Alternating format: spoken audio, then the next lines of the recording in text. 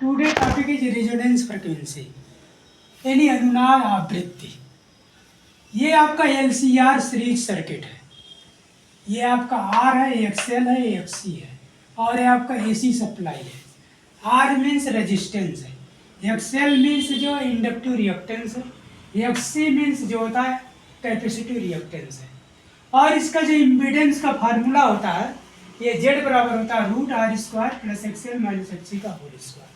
Okay, अब ये अनुनाद यानी रेजोनेंस तब जनरेट होगा जब इसका मान जो है एक्सएल का मान एक्ससी के बराबर हो जाएगा। यानी कहने का मतलब है कि इस सर्किट में आर एल सी सर्किट में करंट मैक्सिमम कब होगा, जब इसका रेजिस्टेंस जो है कम होगा। तो अगर रेजिस्टेंस जेड बराबर आर हो जाए यानी जेड बराबर आर, तो ये रेजिस्टेंस कम होगा तो आई बराबर क्या हो जाएगा, वी बाई आर के बराबर। आई क्या हो जाएगा, वी बाई आर के बराबर हो जाएगा। यानी करंट, क्योंकि रेजिस्टेंस का मान जो है कम हो गया। अब उस स्थिति में जब एक्सएल और एक्ससी का मान बराबर हो जाता है तो रेजोनेंस की स्थिति आती है। So we can write Z is equal to root R square plus XL minus XC का होल।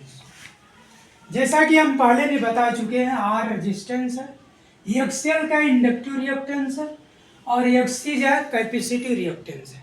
ओके, यानी आई मैक्सिमम होगा, आई मैक्सिमम कब होगा तो जेड बराबर हो जाएगा आर। यानी आर का मान जेड, यानी जेड का मान, जेड क्या है इम्पीडेंस है और आर क्या है रेजिस्टेंस। यानी इम्पीडेंस का मान जो है प्रतिरोध के यानी रेजिस्टेंस के बराबर हो जाएगा। वो इस स्थिति में होगा जब एक्सएल बराबर हो जाएगा या एक्सएल माइनस एक्ससी बराबर 0, आर एक्सएल बराबर हो जाएगा एक्ससी के। अगर एक्सएल एक्ससी के बराबर हो जाएगा तो जेड बराबर आर के होगा, तो करंट का मान क्या हो जाएगा, आई इज इक्वल टू होगा वी बाई आर, क्योंकि जेड जो है आर के बराबर हो जाएगा। ओके, एक्सएल बराबर एक्ससी, एक्सएल क्या है आपका ओमेगा एल के बराबर होता है और एक्ससी क्या होता है 1 बाई ओमेगा सी के बराबर। जैसा कि हम पहले भी बता चुके हैं कि एक्सएल जो है इंडक्टिव रिएक्टेंस होता है और एक्ससी जो है कैपेसिटिव रिएक्टेंस होता है। तो ओमेगा एल, तो इसको हम मल्टीप्लाई करेंगे यानी तिरछा गुणा करेंगे तो ओमेगा स्क्वायर एल सी बराबर हो गया 1 के।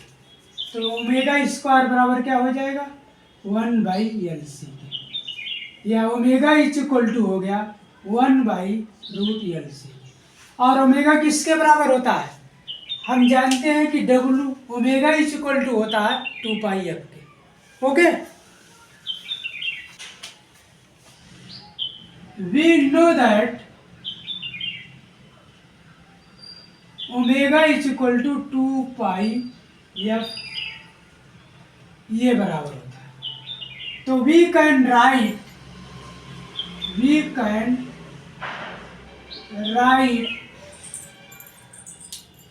Omega is equal to 1 by root L C, या लिख सकते हो 2 pi F is equal to 1 upon root L C के। यह आपका एफ बराबर हो जाएगा 1 अपान 2 pi root L C.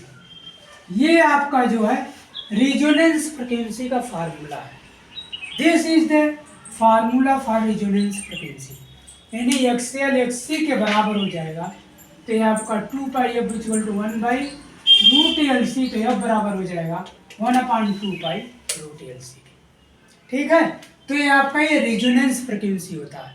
So resonance frequency occurs when inductive reactance is equal to the capacitive reactance in LCR series AC circuit.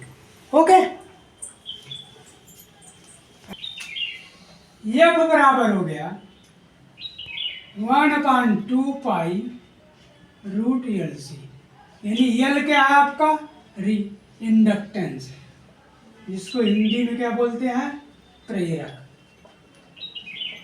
और सी क्या है आपका? कैपेसिटेंस।